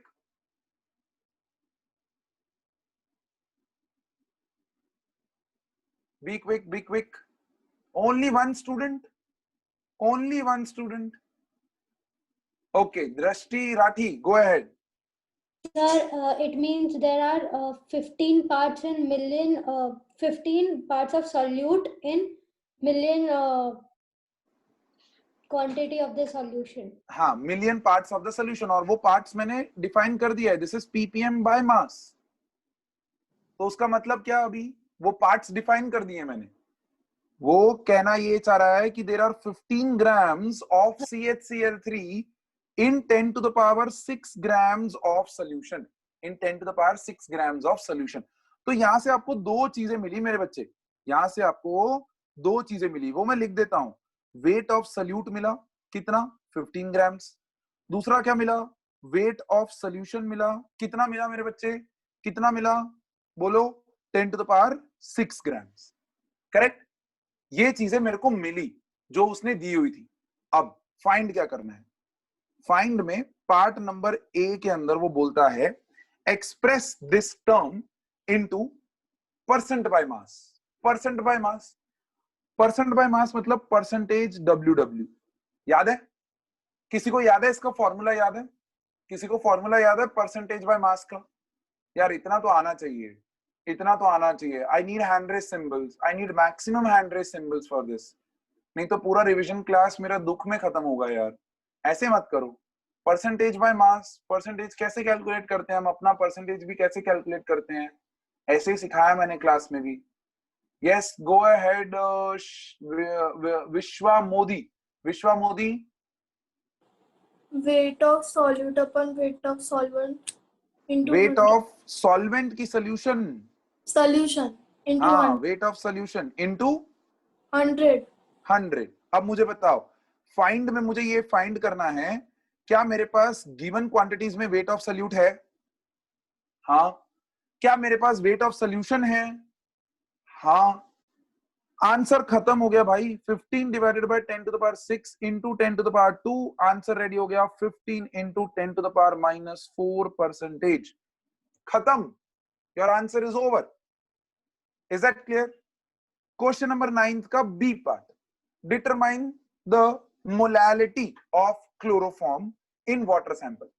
अब बच्चे यहां पर अगर आप नोटिस करो तो क्लोरोफॉर्म CHCl3 जो है उसका वैल्यू सॉल्यूशन के अंदर, उसका जो क्वांटिटी है वो बहुत ही छोटा है। देखो 15 to the power 10 to the power -4 अगर मैं लिखूं तो दैट परसेंटेज है, तो इसका कहने का मतलब ये है कि 0.00015 grams are present in 100 grams of solution, are present in 100 grams of solution। अब मुझे अगर मोलैलिटी ढूंढना है तो मोलैलिटी का फॉर्मूला क्या होता है मेरे बच्चे? Moles of solute divided by mass of solvent in KG होता है ना। तो यहां पर बच्चे बोलते हैं कि सर ये 100 में से इतना माइनस करें हम लोग? नहीं, करने की नहीं जरूरत है बच्चे, वो नेग्लिजिबल क्वांटिटी ही है। तो जो भी मास ऑफ सोल्यूशन है उसी को आप मास ऑफ सॉल्वेंट अज्यूम कर सकते हो। You can assume that, but वो स्टेटमेंट लिख देना, since the value of chloroform is so less, we can neglect that value and write mass of solution is equals to mass of solvent। बोलो, यहां तक समझ में आया? समझ में आया? अब मास ऑफ सॉल्वेंट 100 ग्राम्स हो गया, मुझे तो ये केजीज में क्वांटिटी चाहिए था, तो इसको डिवाइड बाय 1000 कर दिया, तो मेरे पास आंसर आ गया 0.1 kg। अब मोल्स ढूंढने के लिए मुझे क्या करना पड़ता है? 0.00015 डिवाइडेड बाय क्लोरोफॉर्म का मोलर मास, डिवाइड करोगे CHCl3 इनटू 0.1। अच्छा, ये 0.1 को 1/10, 10 ऊपर ले जाओ, 10 यहां पर मल्टीप्लाई कर लो, डायरेक्टली आंसर निकल आएगा आपका। 10 यहां पर मल्टीप्लाई कर लो, तो यहां पर आपके पास आंसर आएगा 0.0015 divided by molar mass of CHCl3। This is your molality of the solution। This is how you calculate the molality of this solution, and this will be your final answer over here। वो आपको निकालना है, वो आपको निकालना है। Is that clear? Are you sure with this? Question लंबा जरूर था, लेकिन आपने देखा, if you are going step by step, given quantity लिखे, find क्या करना है, उसका फॉर्मूला लिखा, फॉर्मूला लिखने के बाद गिवन क्वांटिटी में चेक किया क्या दिया है क्या नहीं दिया है, क्या मैं गिवन क्वांटिटीज में से जो क्वांटिटीज मुझे चाहिए वो मैं ढूंढ सकता हूं कि नहीं ढूंढ सकता हूं। Is that clear? यस प्रीत पंचाल, बेटा बोलो क्या डाउट है? प्रीत? सर कोई डाउट नहीं। Okay, you raised your hand, so I thought you have doubt. Okay, last 2 step समझ में नहीं आए? समवन सेज लास्ट 2 स्टेप समझ में नहीं आए। चलो लास्ट 2 स्टेप्स उनको समझा देते हैं भाई। यहां पर देखो, मोलैलिटी तक समझ में आया? मोलैलिटी क्या होता है वो समझ में आया? यस और नो? जिसने डाउट पूछा है, ओके गुड। अब यहां देखो, ऑब्जर्व दिस थिंग। मैंने यहां पर आपको ऑलरेडी बोल दिया है, कि ये जो 100 ग्राम्स के अंदर इतना ग्राम्स आपका सल्यूट का मास है, ठीक है। मैंने आपको यहां पर ऑलरेडी बोल दिया है कि mass of solution is equals to mass of solvent, because solute की क्वांटिटी बहुत नेग्लिजिबल है, ऊपर दिख रही है देखो 100 ग्राम में इतना सल्यूट है। तो मास ऑफ सॉल्वेंट भी मेरे पास कितना आ गया मेरे बच्चे? 100 ग्राम्स आ गया ना। मुझे मास ऑफ सॉल्वेंट ही तो चाहिए था। अब उस मास ऑफ सॉल्वेंट को मैंने पहले डिवाइड बाय 1000 किया ताकि मैं उसको केजीज में कन्वर्ट कर सकूं, तो जिससे मेरे को वैल्यू मिली 0.1 kg। कितनी मिली मेरे से? 0.1 kg। अब मोल्स निकालने के लिए मुझे क्या करना है? मोल्स निकालने के लिए मुझे जो मास ऑफ CHCl3 है, दैट इज दिस, उसको मुझे मोलर मास से डिवाइड करना है, कर दिया। और मेरे पास मास ऑफ सॉल्वेंट तो है ही, केजीज के अंदर वो तो है ही, उस वैल्यू को यहां डाल दिया। बोलो समझ में आया कि नहीं आया? Yes no? जिसने डाउट पूछा था? ओके गुड, बढ़िया। Question number 10, last question for today, and then we will give rest of the questions till 15th as solving on your own, है ना?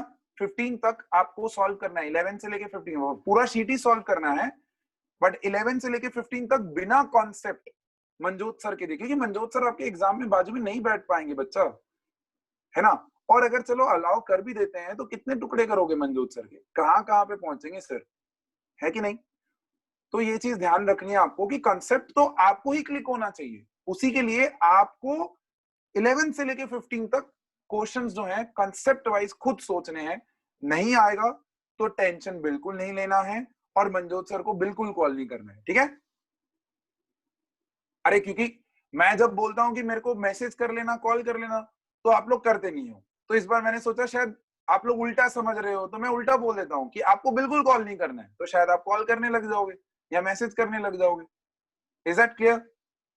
ओके गुड, चलो 10th क्वेश्चन, लास्ट क्वेश्चन देख लो, आज का लास्ट question, and then we will end the lecture. I am already 5 minutes up, already कुछ बच्चे सिर पकड़ के बैठे हुए हैं एंड कुछ बच्चे सिर खुजा रहे हैं, कुछ बच्चों को चीजें बाउंसर आ रही हैं। This is the reason, this is showing that you people are not practising at home. मैं बार बार चीख चीख के एक ही चीज बोले जा रहा हूँ, please listen to this. Practice is going to make you perfect, practice is going to make you perfect. Practice की शुरुआत कहां से करें? प्रैक्टिस की शुरुआत करो एनसीईआरटी एंड एक्सरसाइज से, एनसीईआरटी इन टेक्स्ट क्वेश्चन से। एक भी क्वेश्चन अनटच मत छोड़ो। I will not repeat. Structure of atom के अंदर कुछ बच्चे मेरे को मैसेज करते हैं कि सर एक्स्ट्रा शीट है आपके पास क्वेश्चन सॉल्व करने के लिए। अरे by God 70 question and exercise में है, सॉल्व किए सारे, सॉल्व किए सारे, एक एक क्वेश्चन सॉल्व कर दिया है। If you have done that then I will provide you with the extra sheet. अबे 70 क्वेश्चंस के बियॉन्ड कुछ बचा ही नहीं है उस चैप्टर में यार खत्म हो गया। देने को तो मैं 1000 क्वेश्चंस दे सकता हूं। Are you understanding? You understand this? You people are panicking, sir questions दो, सर क्वेश्चंस दो, सर क्वेश्चंस दो।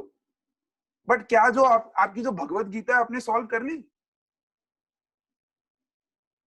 एनसीईआरटी सॉल्व कर लिया? नहीं। आधे से ज्यादा बच्चे स्माइल से पता चल रहे हैं मुझे कि नहीं सर वो तो सॉल्व हुआ नहीं है, हम आपको ऐसे ही तंग करे जा रहे हैं, क्वेश्चन दे दो, क्वेश्चन दे दो।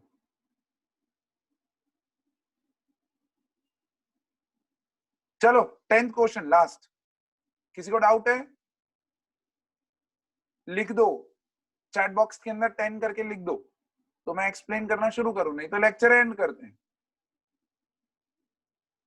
No doubt? अच्छा मुझे बताओ आज का रिवीजन क्लास कितना इफेक्टिव रहा आप लोगों के लिए? How effective it was?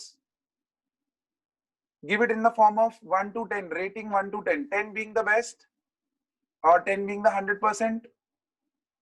अरे 1000 नहीं okay okay good good good. चल, सो I suppose justice has been done to your the chapter, right? And मेरे को बस इतना ही करना था आज की क्लास में, मेरे को बस इतना ही करना था, आपको पाथ कैसे फाइंड करना है वो आपका दिमाग चलाने में आपको बस हेल्प करना था। That I have done. Try to solve this 11 to 15. 10th मतलब पूरे शीट ही सॉल्व करना है, but 11 to 15 will be your concepts and 10th भी मैंने नहीं दिया है तो 10th भी आपका ही हो जाएगा। Next class will start at 6:45, not 7. Thursday को 6:45 start कर दूंगा मैं क्लास। I will start.